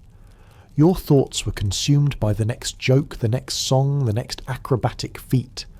This lack of genuine personal space, this inability to simply exist without the burden of expectation, further contributed to a profound sense of identity loss, where the jester's mask became more real than the face beneath it. And finally, the sheer physical and emotional endurance required for this unchosen life was immense. From the discomfort of your clothing to the hunger in your stomach, from the fear of punishment to the crushing loneliness, you bore it all with a forced smile. You were a master of resilience, not by choice but by necessity. Your survival depended on your ability to absorb endless indignities, to transform your own suffering into entertainment, and to navigate a world that offered you everything and nothing at all. Your life was a testament to the human capacity for adaptation, but also a stark reminder of the brutal costs of being an anomaly in a rigidly structured world. Your story, therefore, is not just about a jester.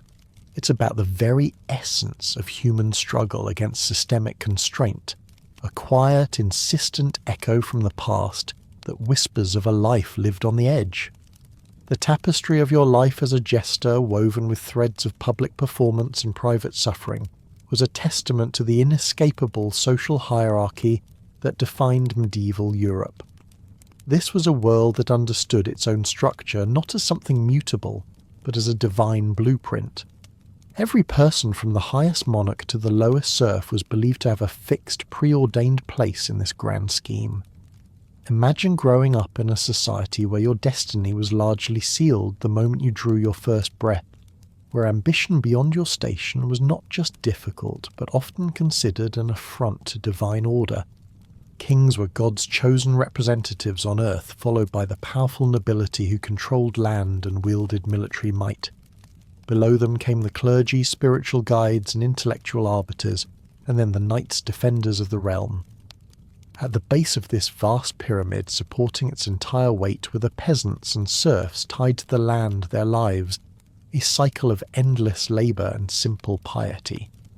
This stratification wasn't merely social. It was philosophical, political and spiritual, ensuring that everyone knew their place and the duties associated with it. To question this order was to invite chaos to challenge the very fabric of existence. You, the jester, existed in a peculiar, almost ghostly space within this ironclad structure. You were physically present within the castle, perhaps closer to the lord than many of his own blood relatives, yet you were socially invisible in a profound way. You did not belong to any recognized class. You were not a noble with inherited privilege, nor a commoner with a trade or a plot of land. Your unique position was one of liminality, a licensed exception to the rigid rules. This status, though it afforded you a certain freedom of speech, ultimately underscored your profound isolation and powerlessness. You were an object, a utility, a function, rather than a person with inherent social standing. Your ability to cross social boundaries, to mock a lord or jest with a queen, was a carefully controlled illusion. It was allowed precisely because you were not truly part of their world. Your insults were not real threats because you had no power. Your observations were not dangerous because you were merely the fool. This license served to highlight the profound rigidity of the system. You were the anomaly that proved the rule, the exception that reinforced the unbreakable lines of class and status. Your very presence, a figure outside the formal order, paradoxically affirmed the unshakable nature of that order. This macro-level social structure meant that your fate was always intertwined with the most powerful figures, yet utterly devoid of their protections. The Lord's will was absolute. A knight might face a court of his peers for an offence. A peasant might appeal to his lord, but you the Jester had no such recourse. Your life, your limbs, your future, all were subject to the absolute and often capricious discretion of your master. This was not unique to you, as many in the lower strata lacked individual rights, but your daily intimate proximity to the very source of unchecked power amplified this vulnerability to a terrifying degree. It was a constant chilling reminder that your life was not your own, but a fragile thread held by another's hand. And it was this understanding of the overarching societal framework that made the details of your daily existence, particularly your sustenance, all the more poignant. The iron grip of social hierarchy on your life was made even tighter by the foundational realities of the medieval economy. Imagine a world where the vast majority of wealth and power didn't come from innovation or industry, but directly from the land itself. The medieval economy was profoundly agrarian, a system where fertile soil, abundant harvests, and healthy livestock were the true measures of prosperity. Kings and nobles derived their power from owning and controlling vast tracts of land, which were then worked by generations of peasants and serfs. This land-based economy dictated everything: settlement patterns, trade routes, military strength, and even the clothes you wore. Life revolved around the rhythm of the seasons, planting in spring, tending in summer, harvesting in autumn, and enduring in winter. The success or failure of a single harvest could spell the difference between survival and starvation for thousands. A prolonged drought or excessive rain could bring about widespread famine, causing untold suffering. The surplus generated by these agricultural efforts wasn't just consumed locally, it was heavily taxed and siphoned off. This agricultural bounty filled the coffers of the powerful, maintained their elaborate courts, funded their wars, and provided the luxury goods that adorned their lives. Every loaf of bread on the Lord's table, every roasted fowl, every measure of wine was a direct product of the back-breaking labour of the peasantry. You the Jester stood outside this foundational economic structure. You owned no land, you had no personal property that could generate income or be passed down. You were not a farmer, a craftsman with a trade, or a merchant with goods to sell. This placed you in an economically precarious position, utterly dependent on the court's patronage economy. Your talent, your unique blend of wit, humour and performance skills was your sole intangible commodity. You exchanged this for the most basic necessities: a roof over your head, however humble, and enough food to keep you alive, however meagre. Your economic value was entirely derived from your utility to the Lord, making you a living, breathing testament to the fragility of life when stripped of traditional economic anchors. This profound lack of independent economic standing meant that the prospect of dismissal from the court was not just a job loss, it was an existential threat. If your lord grew weary of your antics, or if a political shift made your presence unwelcome, you would instantly become a man without a job, land, or purpose. In the eyes of medieval law, you would be a vagrant, a wanderer with no fixed abode or means of support. The consequences of such a state were dire and swift arrest, imprisonment, forced labour, or even worse, fates such as being branded or mutilated, which could lead to a slow, agonising death from exposure or starvation. To be cast out was to lose everything: your identity, your precarious safety net, and your very means of survival in a world that had little tolerance for those who did not fit neatly into its established economic matrix. Your compensation, if one could even call it that, was typically low pay, delivered almost entirely in kind. You received the scraps from the Lord's table, the most basic lodging near the kitchens, and perhaps occasional cast-off clothing that was already threadbare or ill-fitting. There was no regular coin, no accumulated wealth, no possibility of building a financial future or passing on an inheritance. This reflected your limited economic agency, and your profound integration into a system that offered no financial autonomy whatsoever. You were provided for, yes, but only to the bare minimum necessary to keep you functioning in your role. You were not expected to accumulate wealth to gain independence or to invest in anything beyond your next performance. Every meal, every worn tunic, every cold corner you called home was a visible testament to your complete economic dependence, solidifying your role as a controlled and utterly disposable asset. It was a life lived at the mercy of others, where your worth was measured not in dignity but in distraction. Your economic subservience and social isolation were compounded by the constant grinding reality of medieval life, the ubiquitous nature of discomfort. We've discussed the general lack of hygiene and the rudimentary living conditions, but let's dive deeper into the pervasive physical unpleasantness that permeated your daily existence. For you, comfort was not just a luxury. It was almost an alien concept, a state of being rarely if ever achieved.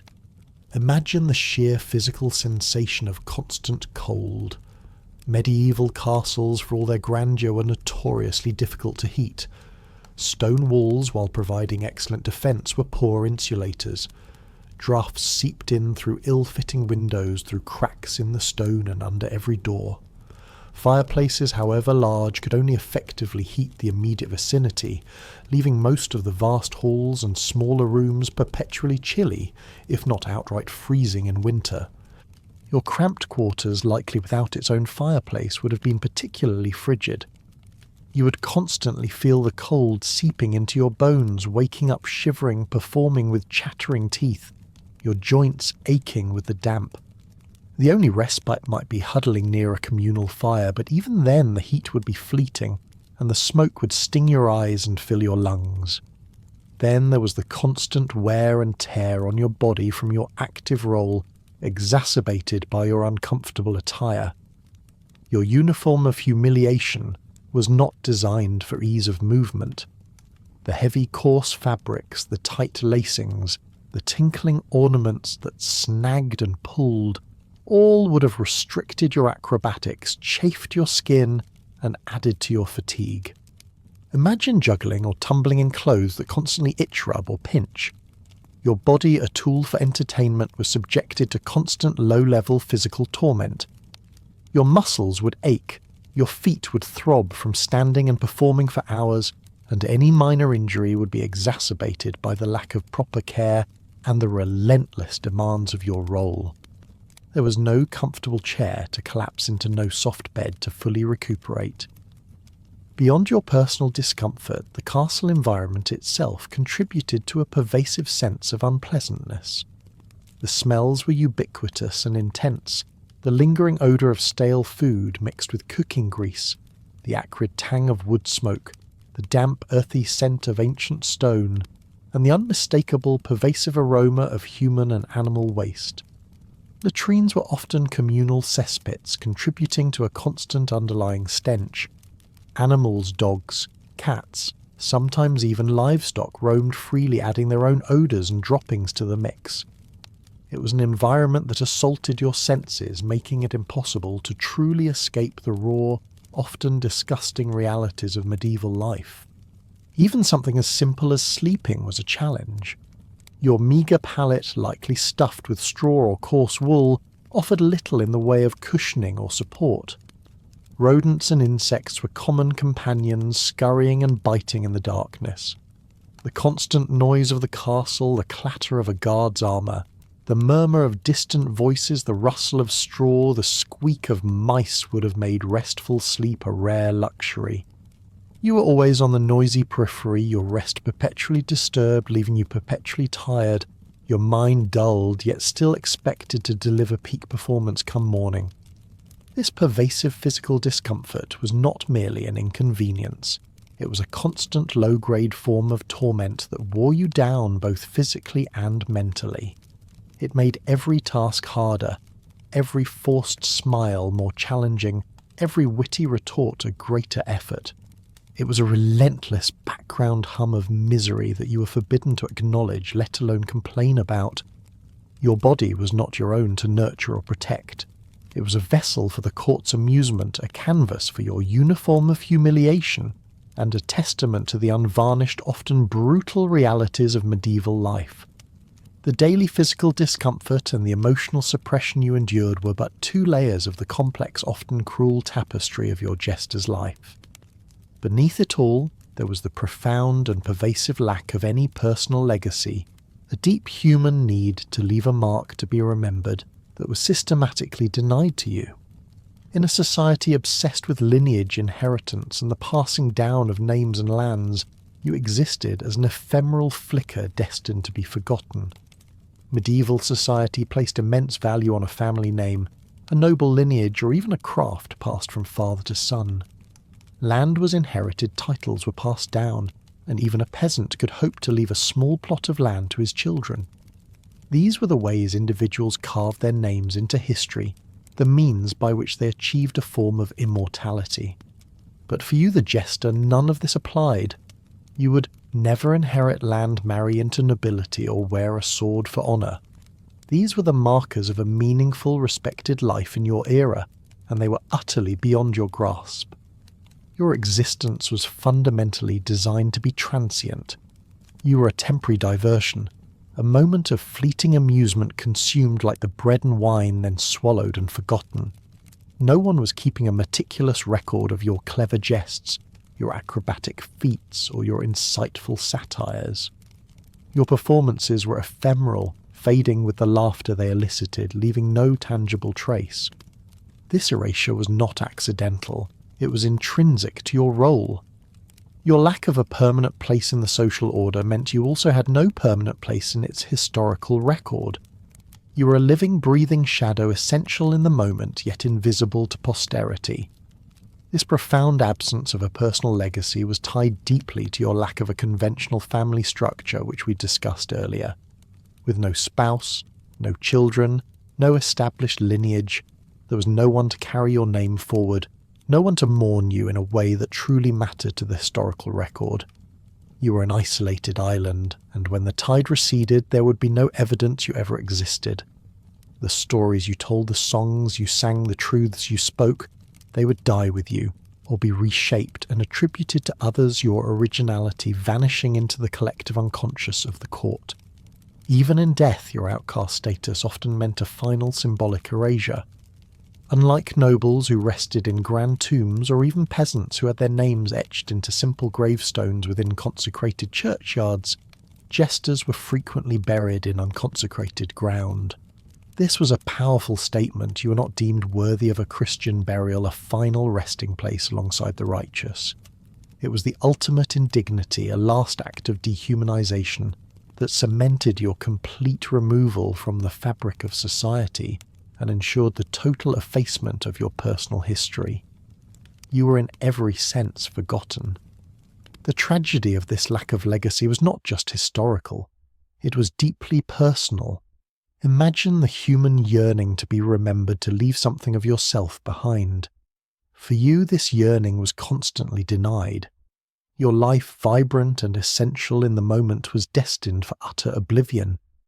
This made your daily performances not just a struggle for survival, but a silent, often desperate battle against the encroaching tide of insignificance. You lived your life knowing that no matter how hard you tried, how clever you were, how much laughter you brought, you would ultimately be swallowed and forgotten. A mere footnote, if even that, in the grand indifferent saga of medieval history.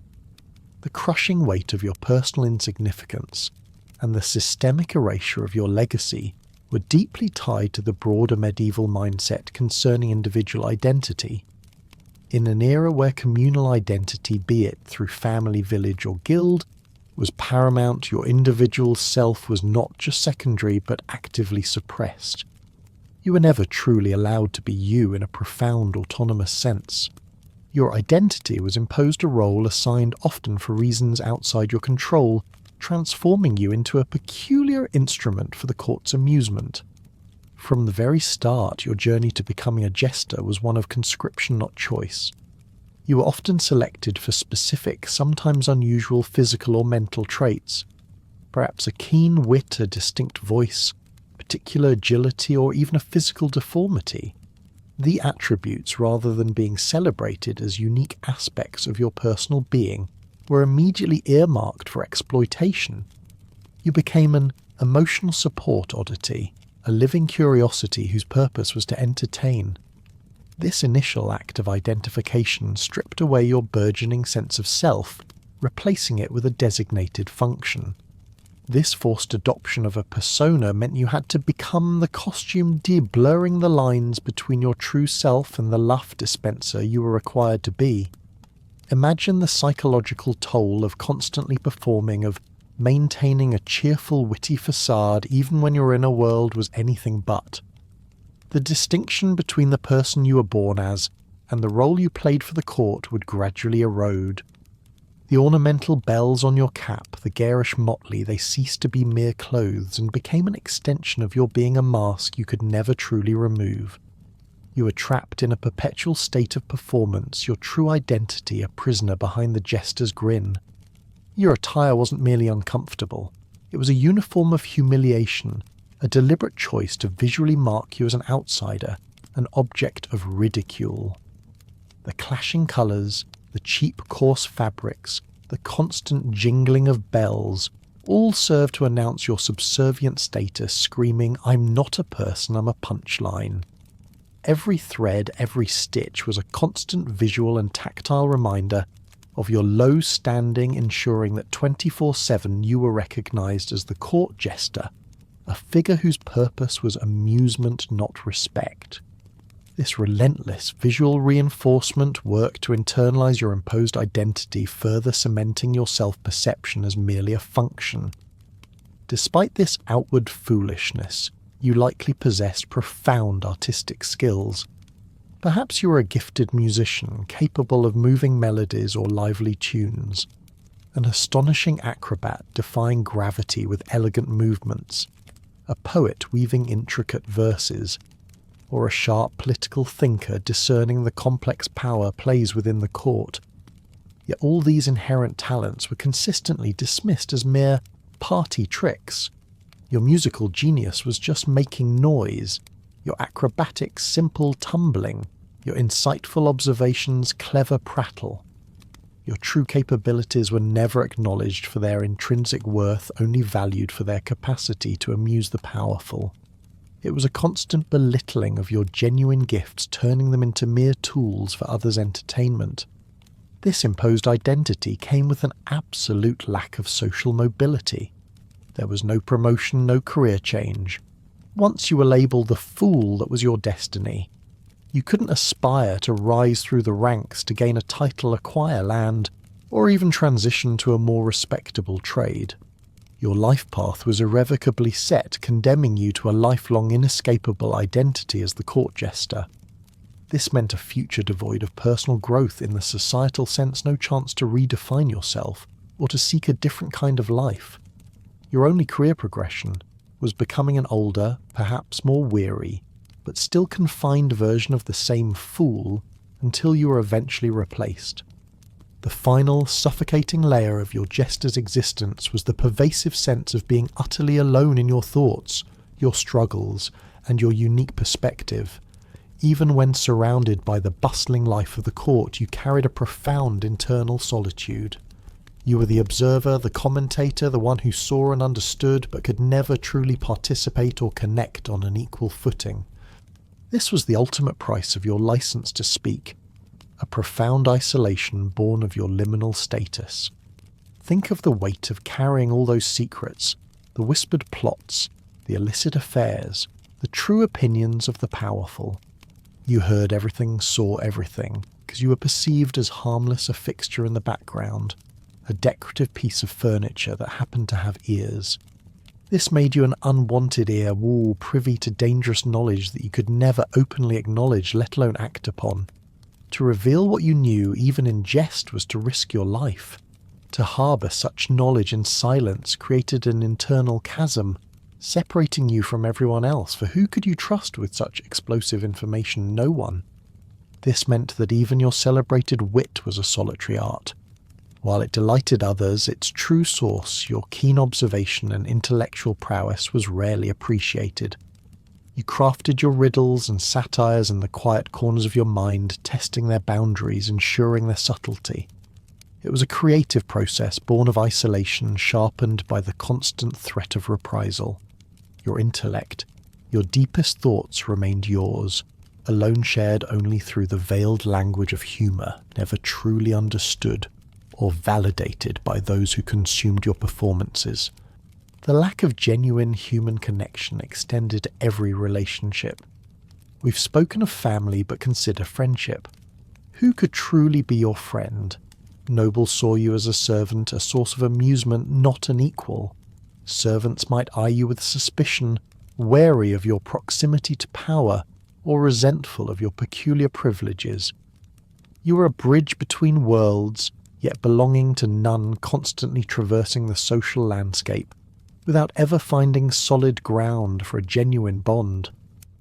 This social estrangement fostered a deep emotional solitude, a pervasive sense of being an outsider, looking in always, observing, never fully participating.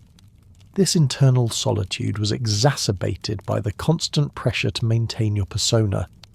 You couldn't express true sadness, anger, or even quiet contemplation without inviting suspicion. To reveal the human behind the mask was to break character, to disrupt the delicate balance of the court, and to put yourself in danger. So you learned to mask your emotions, to perform joy, even in despair, to laugh when you wanted to weep. This rigorous emotional suppression created a profound gap between your inner reality and your outward presentation, ensuring that no one truly knew the you hidden beneath the motley. In the end, your life was a testament to enduring isolation. You were born into this unique, unchosen role, lived a life of constant performance and hidden suffering, and were destined to be forgotten. The laughter you brought was fleeting, the truths you spoke were dismissed, and the humanity you embodied was systematically denied. You were a vibrant, essential part of the medieval court, yet utterly ephemeral, a silent, solitary echo in the grand, indifferent halls of history. Your story is a poignant reminder of the profound human cost of living in a world defined by rigid structures and unchecked power, a world where individual dignity was a luxury rarely afforded, and where to be truly alone was your constant, unwelcome companion. As the last echoes of the Jester's bells fade into the quiet of this night, allow your thoughts to gently drift away from the cold stone castles and the demanding courts of medieval Europe. The weight of that distant past, with its rigid hierarchies and constant precarity, can now begin to recede, settling softly into the annals of history. Take a deep, calming breath, letting your body relax into the comfort of your own space, far removed from the persistent chill and the stale odours that clung to a jester's everyday life. Imagine the peace of knowing you have a quiet private sanctuary, a place where no demanding lord expects a witty retort, where no sharp-tongued noble can fling an insult with impunity. Feel the warmth and softness of your bed, a stark contrast to the coarse straw-filled pallets of centuries past. Think of the simple luxury of choosing your own meal, of eating in peace, without the constant pressure to perform, or the fear of a chicken bone being tossed in your direction. These small everyday comforts are blessings that the most brilliant jester could only have dreamed of. Let the image of the jester's forced smile, the weary eyes behind the motley, slowly dissolve. Replace it with the profound sense of security and autonomy that your modern life, with all its complexities, still offers. You're not an object of amusement. Your worth is not measured by your ability to make others laugh. You're free to choose to be yourself, to seek connections that are genuine and loving, and to build a legacy that is truly your own. As you drift deeper into relaxation, feel the day's worries gently lifting, much like a morning fog dispersing in the sun. The jester's story, a poignant whisper from the past, has now been told. There is nothing left to do but to embrace the quiet, to allow your mind to wander into the realms of dreams where stories are softer and the laughter is always truly joyful. Sleep now and find the peace that was so often denied to the figures of our ancient past.